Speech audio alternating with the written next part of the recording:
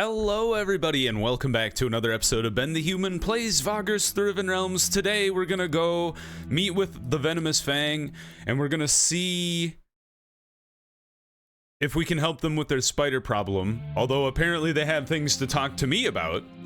Upon entering the confines of the Venomous Fang village, you are halted by the tribesmen and told that their chieftain is waiting for you inside his hall. Not wanting to make him wait, you walk across the settlement to reach his dwelling. You enter and are welcomed by Chieftain Rockbrawl. We have important things to talk about, Vagrus, he tells you and bids you to approach. You tell him that you are listening. The time is upon us, Chieftain Rockbrawl says, spreading his powerful arms theatrically. A foe most elusive might be within our grasp, and we can't pass up the opportunity to strike at it. We're going to attack the spider's nest directly. When they say the spiders, are they talking about the dark elves, or are they talking about the actual spiders? I guess we'll find out. I hope you are ready, Vagrus, Tarhek says as he enters the hall accompanied by Urdak and a handful of other shamans. You ask them what such an attack would entail and if they have a target. We do, the chieftain tells you with a grin, nodding authoritatively towards Tarhek, who takes over. The Circle of Shamans has been trying to find the heart of darkness that is the source of these spiders for many years. It was evident that these particular arachnids are not your average subterranean critters. Even after fighting them off for generations, we've come no closer to ridding ourselves of them, Urdak chimes in. Indeed, Tarhek goes on, but we've learned a great many things about them during our struggle. Their nest clusters are structures akin to those of smaller arachnids, a lot of males with only a few females who lay many, many eggs. The matriarch of these females is a creature enveloped in utter darkness, a magical aura of pure dread, and thanks to the ancestor spirits we have finally found it, right here beneath our feet. The tribe will snuff it out, the chieftain says with a dangerous glint in his eye. You and the dwarves will accompany the warband, Vagrus, Tarhek announces. In the brief silence that follows, Rockbrawl scoffs. As usual, my shamans insist, he says with a sigh. Seems like the time has come to put our dwarven friends to the test. Maybe it's a good thing if we ever want to face the Dark Elves, as Karandar is suggesting. You tell the chieftain that they can count on you for the hunt. Insight, hurrah! The mother, ooh. You better not fail us, he tells you gravely. The hunt is soon to commence. We must perform a spirit calling ritual to be able to hone in on the dark energies that this creature emits, Tarhek confirms. It is only a matter of time. I am sending messengers to Karandar so that he knows to show up, the chieftain continues. Everyone involved must go to the crawling underbelly, the lowermost caves and connecting tunnels that the ancient dwarves carved out of the mountain. From there, the warband will ascend and look for the matriarch's nest. Tarhek and a few of his shamans will be defended by my best warriors, but you and the dwarves must also protect them at all costs, Rockbrawl then frowns. I've been advised to remain behind in the village in case the treacherous Dark Elves dare attack us. That does make a lot of sense. The chieftain proceeds to explain how to find the paths leading down into the crawling underbelly, as well as where the rendezvous point will be. When you are ready to join our forces there, expect a tough fight. Even with our best warriors and shamans, as well as reinforced by the dwarves, this will be a heck of a battle. The matriarch is, by all accounts, a terrifying, deadly adversary, Tarhek agrees, and she'll not be alone. You tell the chieftain and the shamans that you will be there. Then go and prepare, Rockbrawl says, dismissing you with a wave. This is no time for idle chatter. The shamans leave, conveying the blessings of the spirits. You bow your head and move along. We will leave the chieftain's hall. So do we need to go talk to the dwarves? No, we just go there. Okay, cool. Let's check to make sure there's nothing I would like to buy. Doesn't look like it. Well, let's get some medical supplies. I feel like I use those and then I don't ever keep track of, of where I'm at as far as what I have. Let's get 2 more fighters. We have too much cargo. Oh, well, I'm just gonna sell this stuff. And then I'll hold on to the metal. Oh, where did you come from? Oh, right. Let's turn that in. Never mind, I have to take that to the Hollow Men. We'll hold on to it for now. Worst case scenario, I could store some stuff in the warehouse. Like, holy crap, we got a lot of stuff here. What the heck? When did I put all this stuff in here? I feel like I should just sell the bones, right? Well, we'll see. To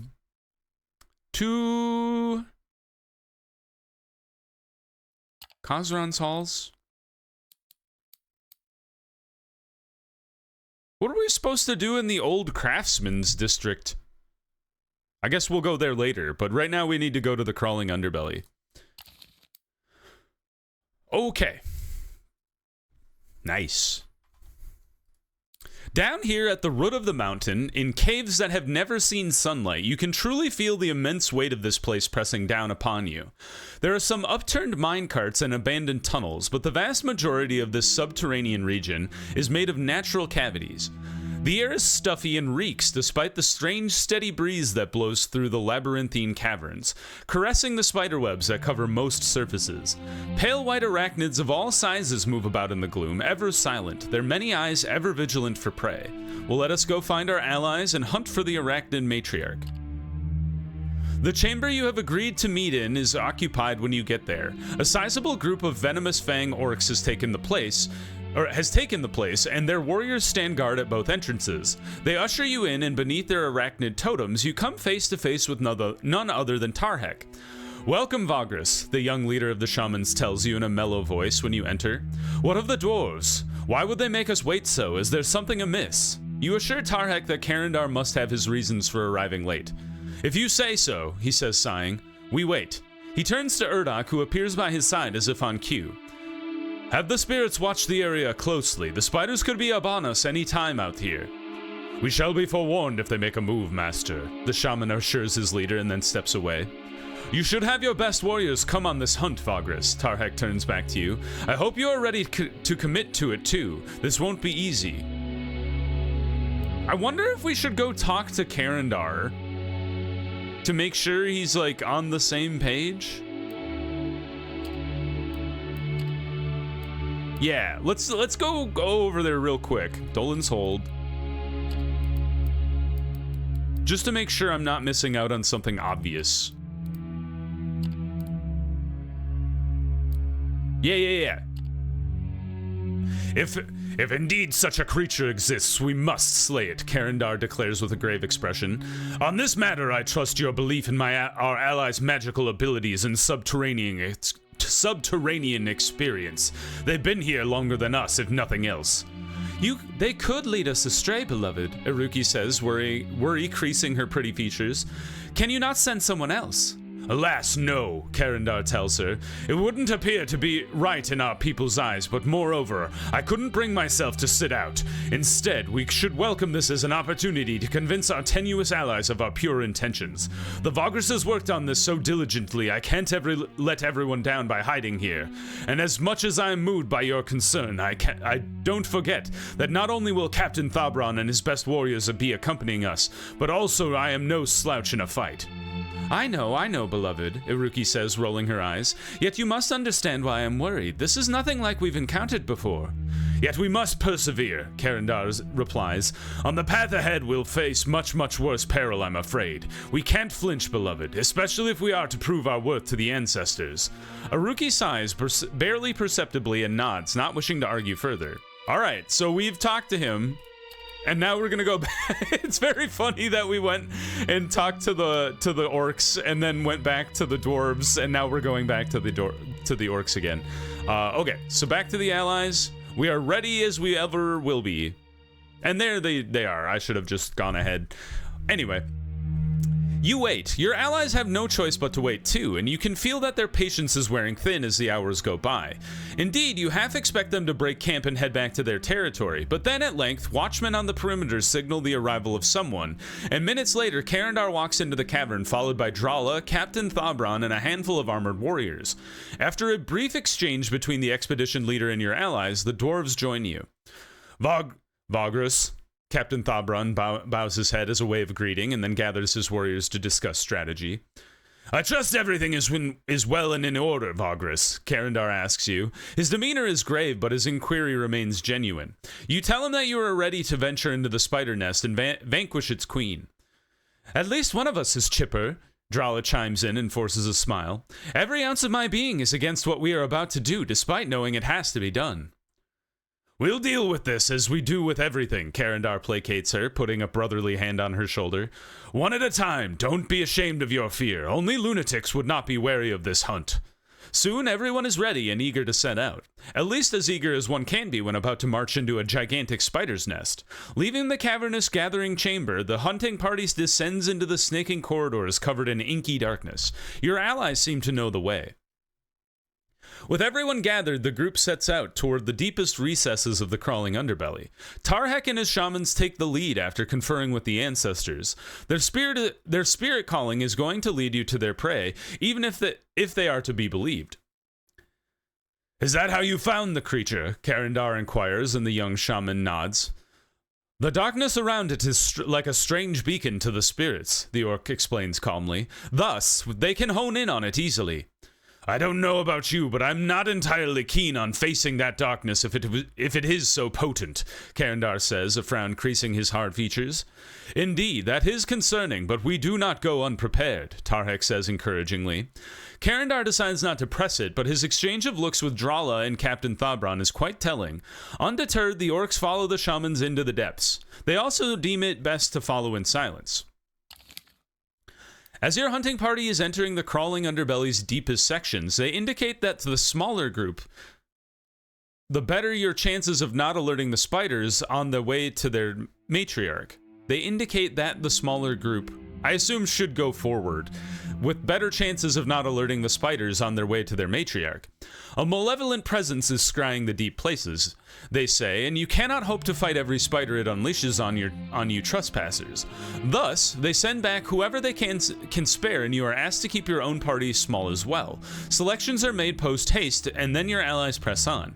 You and the dwarves follow them into darkness. Okay, so we get to take 5 people. My sorcerers are wounded? What happened to Finderath? Oh, right. We got into a tussle with well, this is going to be tough. We got into a fight with the fire elementals. I forgot about that. Well, I'd like to bring Gorgoro, even though he's kind of wounded. Skornar is a little wounded, too. Who is our 5th? Harvick is a really good second option. Oh, Eilani, duh. Other tank that I didn't use in the other battle. You make your way deeper and deeper under the silent dark of the mountain. Despite having delved into the depths of the earth before, you cannot shake the sinking feeling that you were not meant to descend so far down. With every step, a sensation of displacement and anxiety rises in your stomach. The path is only illuminated by the lanterns and torches you have brought. Otherwise, darkness reigns supreme here.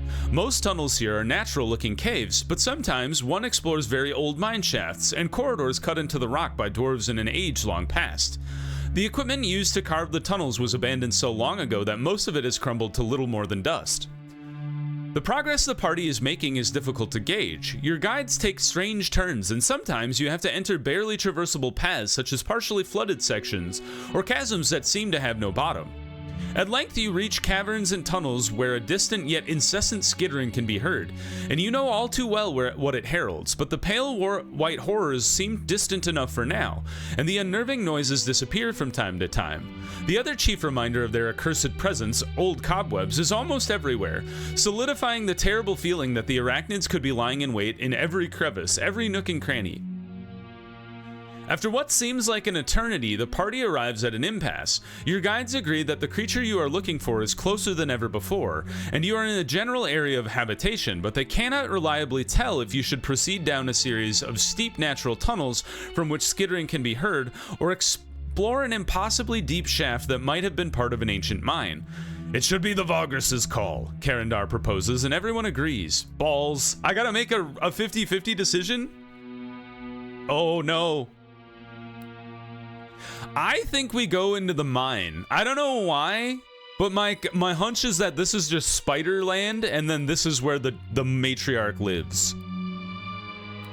The party halts at the edge of the large shaft. One of the warriors moves to toss in a stone, probably to get some sense of the chasm's depths, but Karendar stops him, shaking his head. We were just about to get Mines of Moria. You remember when Pippin accidentally drops the dwarf's dwarf corpse down the well and it alerts all the goblins? Good thinking, Karendar. Soon, ropes and grappling hooks are produced, and everyone makes ready to descend into the oily darkness. Your allies seem to be deft climbers, and the dwarves in particular surprise you with their skill of scaling a sheer surface, especially considering their physical attributes. It appears that they have been taking the mountaineering expedition very seriously, taking part in rigorous training. Your companions are similarly adept at climbing, which leaves only you. All right, let's give ourselves a boost to get to very high chance of success here. 8 out of 100. Fantastic. You reach the bottom of the chasm after what feels like an eternity clinging to its sheer rock walls. Your hands are sore from the effort and your knees are shaking a bit, but you have made it, and as has everyone in the party. Good job, team. Delving deeper into the crawling underbelly, the party soon finds interconnected mine tunnels. The tracks are still visible beneath the centuries of rubble, and the support pillars are mostly intact, even after all the time that has passed.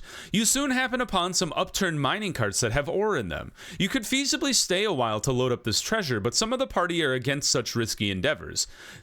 That is not why we are here, Dralus in particular objects. It would be foolish to forego caution in this abhorrent place. Yeah, I agree with Drala. That's like pure greed. It's like we need to gather the treasure when we're here to kill a spider queen. I think as tempting as this is with the very high chance of success, I think we press on. After some time, the hunting party descends into a cave that was once a spider's nest. It seems to have been abandoned some time ago, and the webs look frayed and tangled. Upon further inspection, you find some desiccated old corpses wrapped in cocoon-like clusters. They are dwarves, and their gear seems familiar. Dargon, Drala whispers as she kneels next to one of the dead, a man with a decorated iron helmet and a bejeweled ring on his left index finger. Aye. Karendar places a hand softly on his cousin's shoulder and then turns to you. One of ours. He volunteered for early expeditions right after our arrival in Doomgarak. Some of those were aimed at acquiring ore from various tasks. He and his fellows never returned from the such trip. At least now we know, Drala says, sighing. I'll see to it that they receive a proper Captain Thabron says with a solemn face, but Karendar interrupts him. No, Captain, he says darkly. We have no time for that.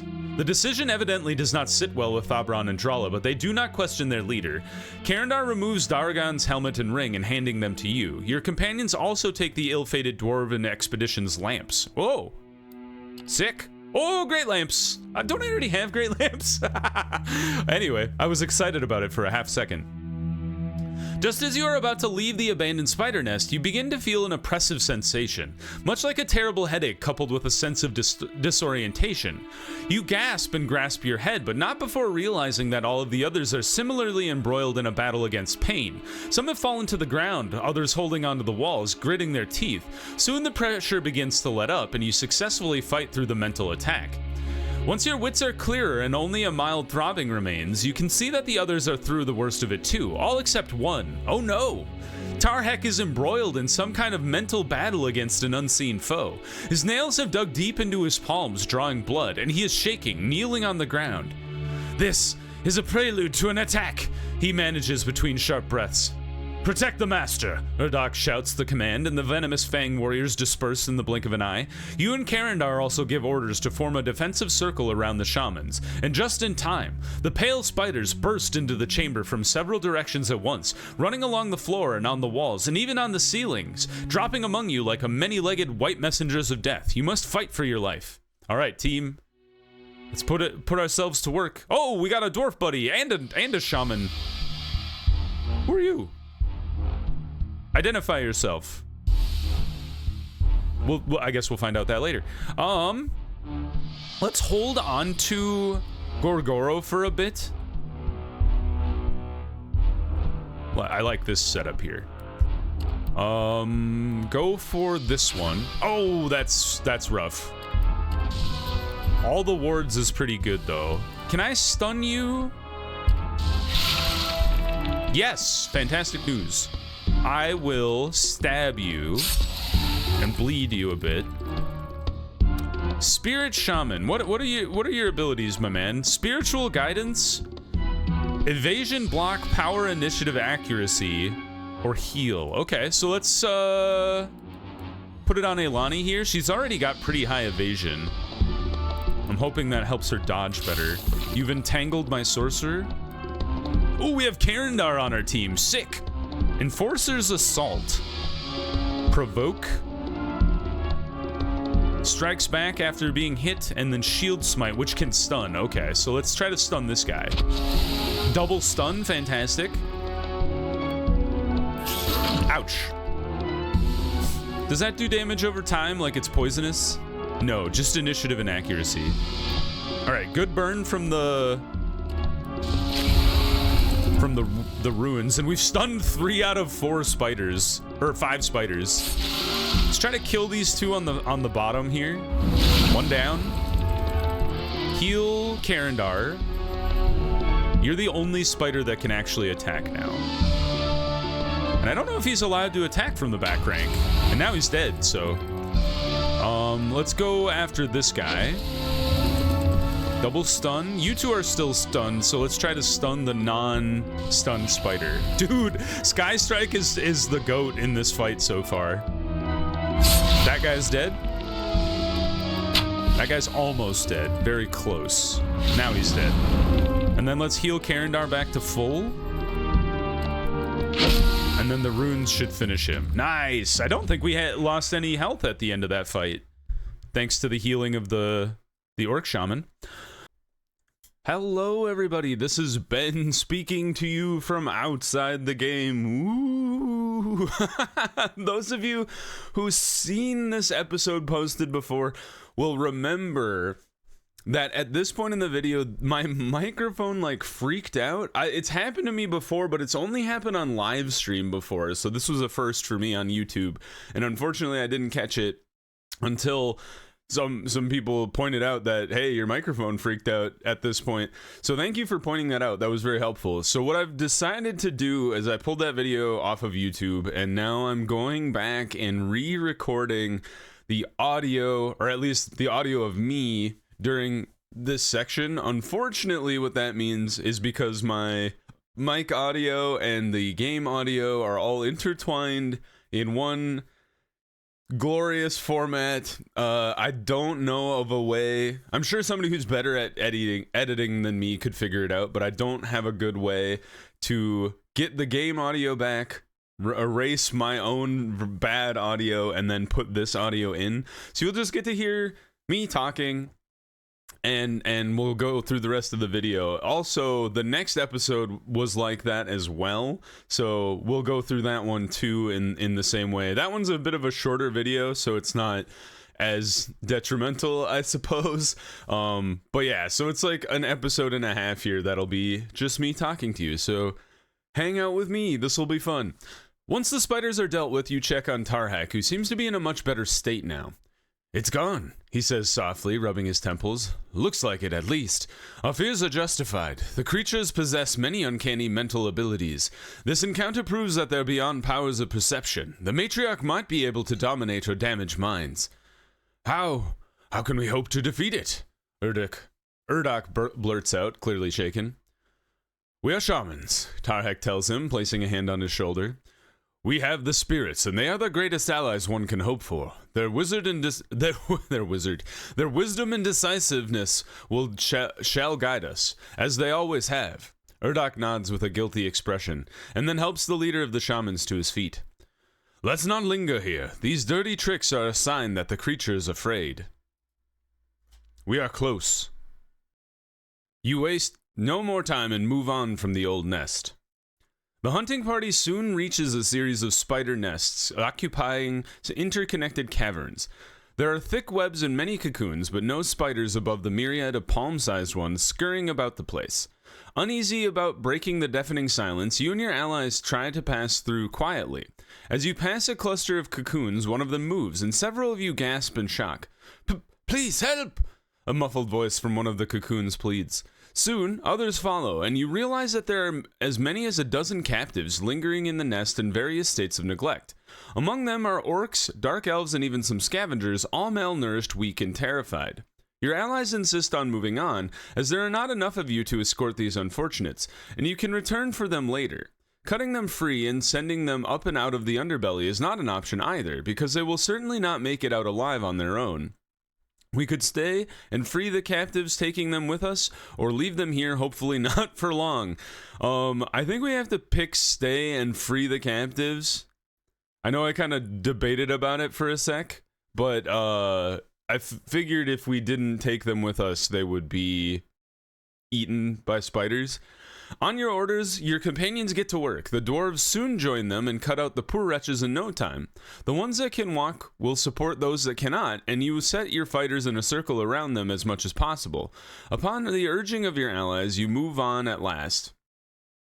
Yeah, our companions did lose a lot of loyalty, but it does look like that down in the log, it at least points out that some of our people did gain loyalty, even though it's not quite obvious from the text on the screen. You set out across the nests. The hunting party moves carefully across the caves of spider nests. The webs are so thick on the ground and the walls that the rock is almost impossible to see. Over the gossamer carpet, whole hordes of small spiders keep migrating. You realize that too late, many begin to climb up onto the leg of anyone who walks across the nests. One bites your thigh, and the pain is excruciating despite the small size of the culprit. You crush it with your bare hands and call out to warn the others. Perhaps you can avert a disaster. So we were going to call out and try to avert a disaster. We succeeded? The tiny spider's poison would be a nuisance, but the number of bites can elevate its potency to that of a real threat. Luckily, you are very quick and very convincing, so that everyone in the party brushes off or crushes the arachnids before they can cause serious damage. At length, you get clear of the nests. Good job, us. Leaving the nests behind, your hunting party descends into the dark tunnels that were some of the deepest and oldest mines below the mountain. Minutes later, you reach a junction that was enlarged to create a hall. One of the dwarven scouts of Drala signals the group to halt. Looking around in the gloom, you can now see the bulky frames of arachnids lying in ambush. A wave of intrusive pressure washes over your minds. It is less severe this time. Perhaps it is merely aimed at spying on your thoughts. Drala shakes it off and stands next to you. "We are close," she whispers. Moments later, the spiders lunge into action, swarming the junction. The venomous fangs, the dwarfs, and the companions fight side by side. So this will be interesting, me narrating a fight against 6 large spiders. We do get to have, I think it's Karandar, and then like a random shaman and a random berserker on our team this time. And we went with Nadir, Krivta, and Eilani. I kind of use Eilani a lot in these fights because of her stun ability, and it seemed to be doing really good work by stunning like everyone we could. I think at some point I realized one of the dwarf berserker thing with the shield and the mace could also stun people, and then the orc tribesman can also stun people. So it's like a full stun build, which is pretty dang strong, even though once upon a time stun was way stronger. I think they nerfed it about a year ago, but even still, it's one of the best abilities that you can have in the game for sure.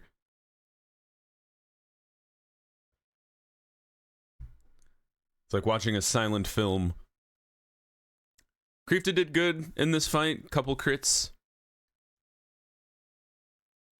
And something I figured out is that the small spiders can't attack you when they're at the back. I might have mentioned that earlier in the video. They can shoot web at you, which if your build is built on movement, like if you have Harvick and Gorgoro jumping back and forth, the web does lock you into place. So if your build focuses on that, I would say be wary of that, because that can kind of screw up your whole plan. But otherwise, it's a pretty straightforward fight. They're not particularly strong, and especially if you have your own push and stun and lockdown like Eilani has when she stabs people with her spear, if you can get the spiders to the back, it really, really trivializes the fight. I think they might have poison if they bite you, But once again, if you can avoid them poisoning or getting to the front at all, then you don't have to deal with them poisoning you. Damage over time is a brutal thing in this game, just because a lot of fights are back to back to back, especially in these like quest missions. Nice crit from Nadir to finish the fight. So you got to watch out for damage over time for sure. All right. Stepping over the curled up corpses of the vanquished spiders, you follow your guides to the neighboring caverns. The walls and ceiling disappear into darkness, and you have walked into a gigantic cavern. An odd breeze tugs at the flames of your torches, and you keep looking up, expecting spiders to hang off of the rocks in the darkness. Something crunches under your feet, and you look down instinctively. Your mouth drops open. Covering the ground, you realize are thousands upon thousands of arachnid corpses, all dried up and brittle. It appears that something drained their lifeblood, leaving only hollow husks. The macabre carpet goes as far as you can see, as the eye can see in the gloom, but you can feel that there are many more outside of your light's radius, all dead apparently. "Gods below, these are only the males," Karandar says hoarsely. "The discarded ones, the ones that she had mated with," Drala whispers, her expression haunted. "We've been fighting only the females," Thabron asks. "Aye, but haven't seen the worst of them," Karandar murmurs before giving the signal to proceed. Carefully, ever so carefully, the hunting party crunches its way across the great cavern. After what feels like an eternity, you reach its far end. Your lights reveal a large circular tunnel at the far end of the Cyclopean cave. A foul alien stench emanates from it, but there is no movement, no sound. There are no spiders either, not even the tiny ones. Even before anyone can comment on this, an oppressive mental attack returns. It begins as a weird tingling sensation on the back of your head, but then it quickly develops into a throbbing headache that blurs vision, dampens hearing, and obscures thought. Your muscles spasm and you fall to your knees. Sheer terror crawls all over you, and you feel that the shadows envelop you, preventing movement and taking away your breath. Suddenly, you are elsewhere, deep inside a great dark hole looking up. At the end of the round chasm is a light. Even though it is fading, you can feel an intense, irresistible yearning for it. In its shifting prism, you recognize this world. Realms riven by a great cataclysm, yes, but realms that cling to existence nonetheless. This struggle, this perseverance in the fading light is what draws you. You want it. You must devour it. All light, all life. Because at the same time you hate it. It is such a powerful, cold loathing that it begins to consume you. This world has to be covered in shadow. It has to be blanketed in a canopy of silk where young can spread unmarred by the loathsome light, just like the world before this one and the ones before that. Silk song mentioned. Canopy of silk. I remember making that joke before. You're jolted out of the terrifying vision by the realization that the thoughts and feelings therein are not yours, yet the pain does not subside. You must fight its debilitating assault lest you succumb to its devastation. We did kick up the chance with some resolve. You gather your mental strength and push the oppressive presence out, regaining some measure of lucidity. You force yourself to your feet, as do the others. At last, the Matriarch's attack has passed, but not without a trace. The pain, numbness, and the fear are mostly gone now, but faint echoes remain. Karandar is one of the first to come to his senses, aiding his dwarf comrades to shake off the effects of the brutal attack. Soon, all your allies are ready to finally leave this accursed cave behind, so you join them. Some of them look the worse for wear. You enter a foreboding tunnel and soon emerge into another great cavern, its true dimensions lost in inky, almost oily gloom above. The hunting party has already encountered the deepest darkness in the crawling underbelly, but this chamber is somehow different. The gloom here is almost palpable, suffocating even. What is worse, you can all feel it despite the utter silence. Something is in here with you. You raise your lamps and torches high to see what it is. And then it moves. At first it is as if something huge untangled itself from up ahead, just below the cavernous ceiling. You realize that what you see are long spindly legs opening up to reveal a bulky, loathsome figure. Then you can see its eyes, 8 pools of utter darkness, so black that they shine in the gloom. As their attention sweeps over you, the debilitating presence returns, though you are better at deflecting it now. Yet you can sense its hatred. It is so deep and powerful that it sends shivers down your spine and incites nausea. Horror grips you all as the Matriarch descends from its perch, finally revealing its bloated alien form. The hunter has become the hunted, it seems. Pale spiders burst forth from the tunnel and crevices, rushing to their foul mother's defense. The matriarch brings her enormous bulk to bear, and you realize that she can simply crush any of you by swinging into motion. Venom drips from her oversized mandibles that rival curved swords in size. Faced with such a terrifying foe, it would be easy to falter, yet your allies stay true. Karandar and his warriors form up to stand beside your companions first, with your other allies close behind. Together you shall prevail or fall. The spider matriarch reminds me of Shelob from Lord of the Rings, Return of the King. Or is that... Yeah, I think that's Return of the King. Yes, it is for sure. I've seen those every year. I watch those movies at Christmas. Like in the space between Christmas and New Year's. I've gotten so... You can tell I'm old now. Because... back in the day when I was in college, I hope you guys don't mind me just rambling while this fight goes on in the background. Back in the day in college, my friends and I would regularly watch all of the Lord of the Rings movies back to back. And a lot of the times, it wasn't always the extended edition, but a lot of the times it was, which is like 12 and a half hours of TV. And we would make a day of it. We would go get food, we would go get beer and drinks, and we would just watch the movies all day and well into the early hours of the next morning. Because we usually didn't start until like dinner time, and then it would roll into like, 7 a.m. because we'd take like little breaks here and there the next day, and then we'd go to like Denny's and look absolutely like garbage as we would get breakfast after a long night of watching Lord of the Rings.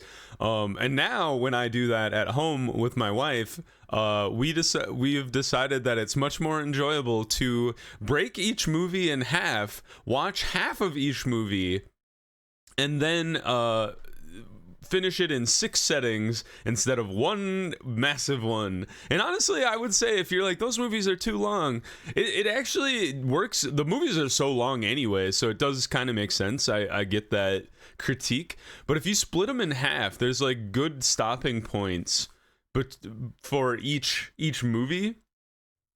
For the first one, The Fellowship of the Ring, you stop it right after the Council of Rivendell, where Frodo says he's going to take the ring to Mordor. That's the stopping point. Two Towers, I believe the stopping point is right when... It's like around the time that Aragorn falls off the cliff after they fight the wargs. Or it's like right before that, maybe. So it's right around there. And then Return of the King is when it's in the middle of the siege of Minas Tirith, when they bring out the big wolf battering ram. Okay, thank you for letting me ramble about Lord of the Rings while we beat the Matriarch. It is a 2-part boss battle, so prepare yourselves for that. Wounded, the despicable matriarch draws back into the darkness of her nest, but before the hunting party can pursue, her foul children bar your way. Most of them pour into the cavern, and before long you are fighting a veritable battle against the pale arachnids. Urdok's orcs catch up to you in the chaos. So what I did was pause here and then pick up exactly at this point next episode. So like I said, it's going to be a bit of a struggle, maybe auditorially. You just have to listen to me. You don't get the game audio, but that's mostly me reading anyway. So I hope this wasn't too bad, and that it helped with the video, so you guys didn't have to read it yourselves while listening to a chipmunk yell in your ear, because that's exactly what it sounded like when my microphone stopped working. So anyway, if you guys enjoyed the episode, please click the like button. It helps me out a lot. If you want to see more episodes of Vagrus The Riven Realms or the other videos I have going on the channel, subscribe to the channel. Make sure you have your notifications on so you know when the next videos go live. But until next time, everyone, I hope you had a good one, and I'll see you in the next video. Bye-bye, everybody!